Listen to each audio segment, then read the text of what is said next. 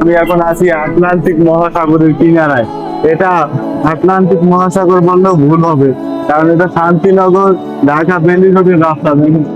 এখান থেকে যদি আমি যাই, দেখতে পাইবেন যে এটা পুরো তলাই গেছে। গ্রামে যে নদীতে যেরকম দোয়ার আছে যেরকম তলাইয়া যায়, এই জায়গাটা সেই রকমের অবস্থা হয়ে গেছে। এখানে প্রতিনিয়তই তলায়, একটু সামান্য বৃষ্টি হইলে এই রাস্তাঘাট সব তলাই যায়, জনভোগান্তি সর্বোচ্চ পর্যায়ে পৌঁছে যায়। দেখুন কি একটা অবস্থা। এই যে ফ্যান জাগাইয়া রাখছি, জুতো টুতো সব ভিজে গেছে, কিছু করার নাই, কারণ এ জায়গায় থাকতে আছি শান্তিনগর, একটা উন্নত একটা এলাকা, এখানের এই অবস্থা। এগুলো ঢাকার পরিস্থিতি বর্তমানে। আটলান্টিক মহাসাগরের কিনারা দিয়ে হাঁটতেছি। আমার মনে হচ্ছে যে সমুদ্র সৈকতে যাওয়ার কোনো দরকার নাই।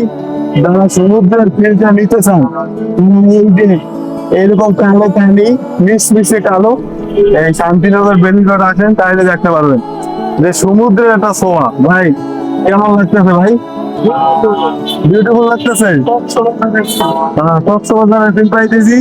যদি বঙ্গোপসাগর কারো দেখার ইচ্ছা থাকে, টাকার অভাবে বা সময়ের অভাবে যদি না যাইতে পারেন, তাহলে এই বেলিরোডে আসেন, তাহলে দেখতে পারবেন যে বেলিরোডের ভিতরে যে কক্সবাজারের একটা ফিল আসতেছে।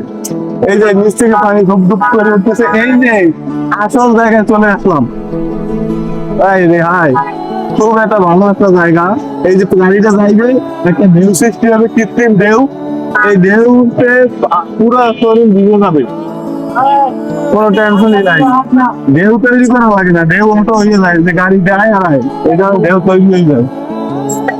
এই যে একটা ঢেউ হয়েছে, দেখেন অবস্থা খুবই খারাপ।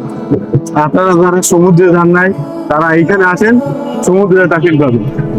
ঢাকার কে কোথা থেকে দেখছেন অবশ্যই কমেন্ট করে বলবেন। ভালো থাকুন, সুস্থ থাকুন, আল্লাহ হাফেজ।